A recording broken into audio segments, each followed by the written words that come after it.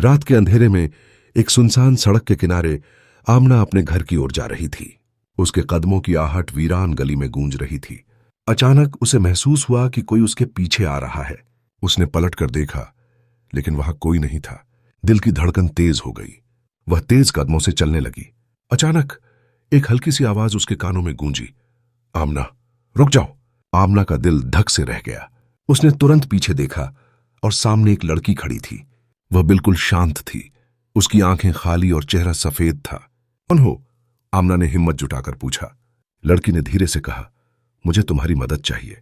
उसकी आवाज जैसे कहीं दूर किसी खंडहर से आ रही हो। आमना ने पीछे हटने की कोशिश की, लेकिन उसका शरीर जैसे सुन्न हो गया। लड़की धीरे धीरे उसके करीब आ रही थी। मेरा नाम जैनब है, मुझे इंसाफ चाहिए। उसके शब्दों में दर्द था। आमना कांप उठी। किस चीज का इंसाफ? जैनब ने आसमान की तरफ देखा। उसकी आंखों में आंसू थे। मुझे मार दिया गया था और कोई नहीं जानता। आमना का दिमाग सुन्न हो गया। किसने? जैनब की आंखों में एक लाल चमक आ गई। वो आदमी जो हर रात इसी रास्ते से गुजरता है, जिसने मुझे यहां दफना दिया था। आमना ने तेजी से पीछे देखा। वहां जमीन पर ताजा खुदी हुई कब्र जैसा निशान था।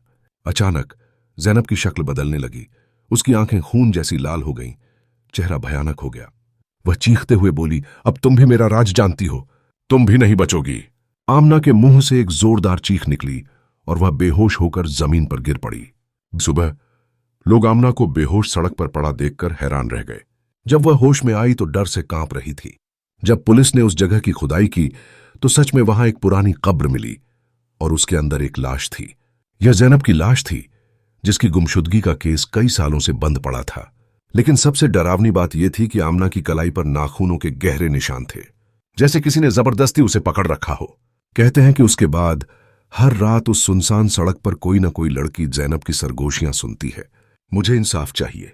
जैनब एक साधारण सी लड़की जो अपने हंसमुख चेहरे और खुशियों से भरी जीवन शैली के लिए जानी जाती थी, पर एक भयानक रात ने उसकी जिंदगी को उस मोड़ पर ला खड़ा किया जहां से लौटना संभव नहीं था। एक शाम जैनब अपने दोस्तों के साथ एक पुरानी हवेली की ओर बढ़ी। वह अंधेरी और खौफनाक लग रही थी। दोस्तों ने उसे मनाने की कोशिश की कि वह अंदर न जाए, लेकिन जैनब की जिद ने सबको उसकी बात मानने पर मजबूर कर दिया। जैसे ही वह हवेली के दरवाजे में कदम रखती है, एक अजीब सी ठंडी हवा उसकी सांसों को चुराने लगती है। हवेली के अंदर जैनब ने एक पुराना दर्पण देखा और उसका मन उसे देखने के लिए खींच रहा था। जैसे ही उसने दर्पण के करीब जाकर झांका, उसने अचानक अपनी परछाई को थोड़ा देर से हरकत करते हुए देखा।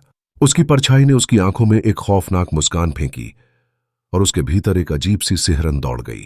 अब जैनब को एहसास हुआ कि यह दर्पण सिर्फ एक साधारण दर्पण नहीं है, यह किसी गहरे रहस्य का भंडार है। दर्पण के पीछे से एक आवाज उठी, तुम्हें यहां से जाने नहीं दूंगी। यह सुनकर जैनब का दिल धड़कने लगा और उसके पैरों के नीचे से जमीन खिसक गई। वापस निकलने की कोशिश में जैनब ने देखा कि उसके दोस्त एक एक करके गायब होने लगे।